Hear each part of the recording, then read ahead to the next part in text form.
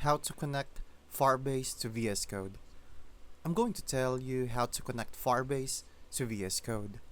First, download and install Node.js if you don't already have it, because Firebase needs it to run.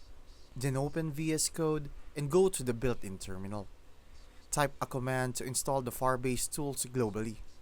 You can find the exact command on the official Firebase site. Just copy and paste it instead of trying to memorize it.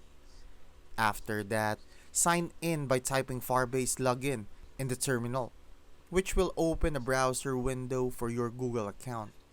Next, create a Firebase project in the Firebase console online, and once that's ready, go back to VS Code and type Firebase in it.